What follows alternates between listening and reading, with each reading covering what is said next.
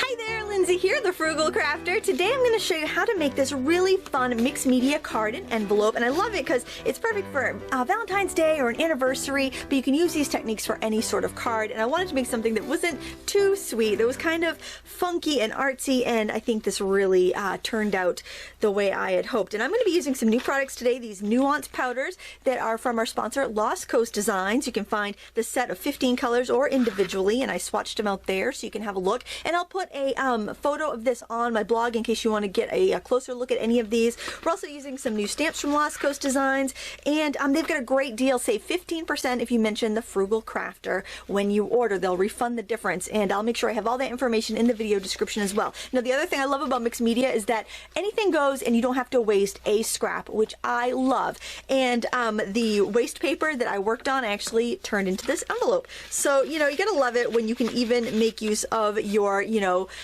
extra color catcher stuff. So I think it's so much fun. And if you want another technique using these nuance powders and Lost Coast Design stamps, I'll put a link in the video description to this blog post where I made this card with a Mod Podge resist. So there's really so much you can do. They're very versatile, and that's what I love. Versatile things to add to my stash that I know I can make so many other fun things with. But without further ado, let's try the techniques to make this card.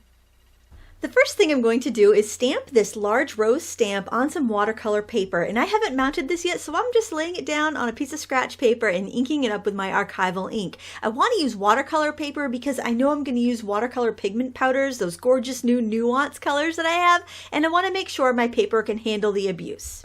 I find I get the best results when stamping on watercolor paper with detailed stamps if I put the paper on the stamp and then rub over the back of the paper with my hand. That way I'm sure to get all of the ink transferred onto my watercolor paper. I'm using smooth hot press watercolor paper, and as you can see, I'm getting a really fantastic impression. Then you want to heat set the Archival ink, or make sure you give it plenty of time to dry before moving on to the next step.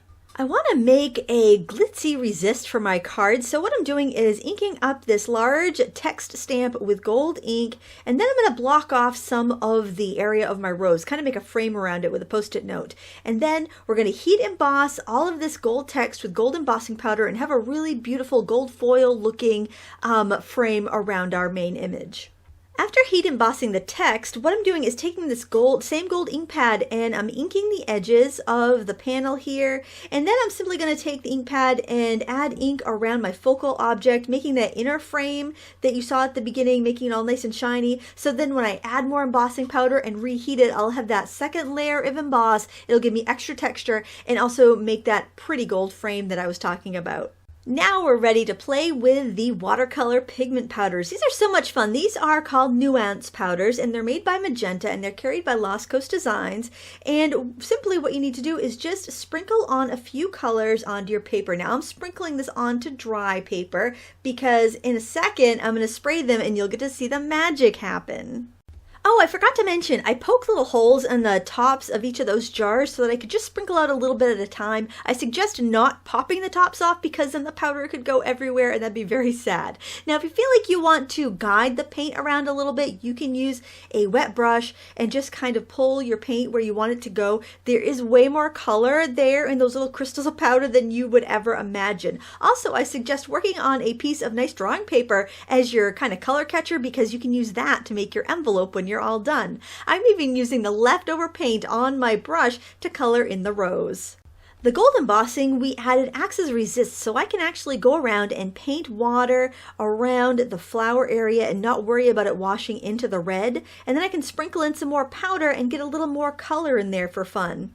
You can also sprinkle the powders out onto any non-porous surface, such as a plate or a palette, and then pick up the color with a wet brush and paint on it just like you would any other watercolor paints. I've set the watercolor panel aside to dry, and now let's work on the card base. I just put a leftover scrap paper stencil on my card and sprayed water through it. Now I'm going to sprinkle on some of these powders to see what happens. The results aren't as dramatic on this cardstock as it was on my watercolor paper, and I think that's because the paper tends to absorb the water instead of letting it sit on top.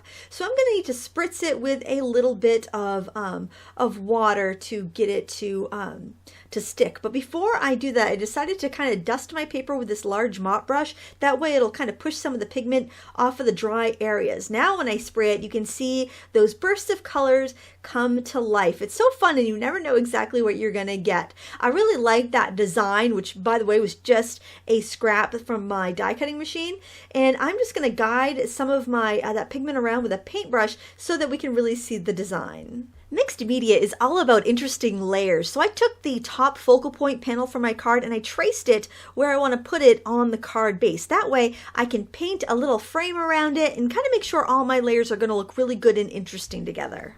Using repetition will help your mixed media pieces look more cohesive and less hobbled together. So I'm using that same stencil that I used in the background, turning it sideways, and I'm dabbing in some green gold interference acrylic paint on top. This little detail kind of builds our layers without adding a lot of chaos.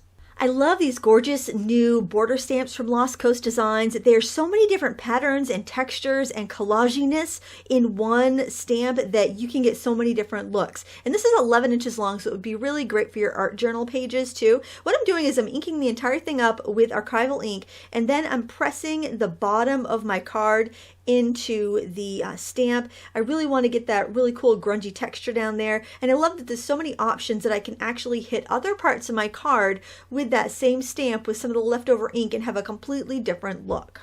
Watercolor powders are also really versatile and great for dyeing porous surfaces. So I have this crochet trim here, and I am simply putting it on a piece of plastic, and this is just an old package that an embossing folder came in, and I'm sprinkling the powder onto the packaging. And I've sprayed it with a little bit of water, so all I have to do is just put that cloth right into the dye, and then you can see it soak up all of the beautiful colors.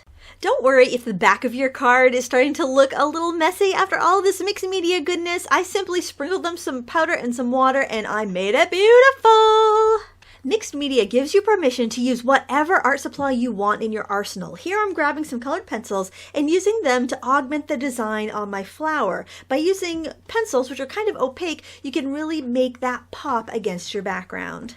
Quick tip, you can speed the drying process and also flatten out any wrinkled papers with a hot iron. You just don't want to iron anything you've added embossing powder to, but your trim there and also the card base you can iron. I just decided to kind of bend my watercolor panel in the opposite direction to get it to kind of flatten out, and I'm using hot glue to put everything together.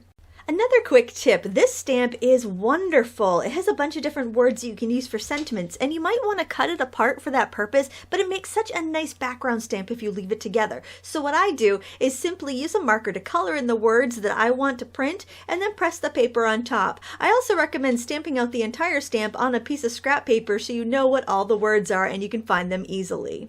Then I closely trimmed all of the words that I cut out and used my brush marker to ink the edges. Watercolor brush markers are so versatile for using with stamps as well because you can use them as ink pads or as coloring mediums. Look at all of your art supplies and think of all the different ways you could use them in mixed media cards. By now my card is coming along, but I felt like I still needed something else to give it a little punch. So I thought I would make my own embellishments using the stamps I had, plus another really versatile supply, Deli Paper. So what I'm doing is I'm inking up those two really big borders that I told you about with Archival ink, and then I'm pressing a sheet of Deli Paper against it. And I can print this twice on one sheet of Deli Paper. Then I'm simply using the watercolor powders again, sprinkling them over, spraying them, and making a really gorgeous background. Now you can speed up the drying and set the ink simply by ironing them under another piece of Deli Paper. I cut the Deli Paper in half so it would fit through my die cut machine, and then since this is going to be a Valentine's Day card, I decided to use some heart die cuts to cut nested hearts in different sizes. I glued the hearts on alternating colors and then just ran a paper piercing tool through the hearts and drew a line through it to look like stitching. Then I looked at my gold buttons and thought that would be the perfect touch to add to my card. Quick tip, a sliver of cardstock makes a wonderful faux string for your buttons. It's so much easier to thread through and then you just glue it on your card. Another great way to add interest and layers is by using washi tape and glitter die cut washi tape. Both of those can be found pretty inexpensively at your local dollar store, and they add so much and such a nice little layer here or there anywhere you feel like your design needs a little punch. Remember how I said you can use anything in mixed media? I took the leftover pieces from my heart die cuts and glued them on the inside of the card. It covered up some messy areas and I think it looks fantastic, plus no waste. You can also add a little more washi tape on the inside of your card too for a little extra special flair. Now look at that. I think this looks fantastic and it was so much fun to make, and I hope it inspires you to dig out your art supplies and try some mixed media cards too. Now I promised I was going to show you how to make an envelope out of the waste paper, that paper that was underneath catching all of our mess. Well, here's how. Of course, if your paper's bigger, you could use an envelope template, but mine is just going to be big enough to cover. So what I'm going to do is simply set my card about 2 inches down from the top and then fold the 2 flaps of paper around it. Then I'm going to seal up the sides using a couple pieces of washi tape, and then I'm going to decorate the top flap with some washi tape as well. Now to close this paper, since there's only about 1/8 of an inch overlap, I'm going to need another piece of washi tape all the way along, so I'll just have to make sure I do that before I send it. And there you have it, a gorgeous card and envelope with virtually no waste. If you'd like to find the products that I used on today's tutorial, make sure you check out the video description. There'll be links to our sponsor, Lost Coast Designs, along with a 15% savings coupon code. All you gotta do is mention the Frugal Crafter when you place your order. I want to thank you so much for watching. If you like this video, please give it a thumbs up and share it with all of your crafty friends. Thanks so much for watching. Until next time, happy crafting.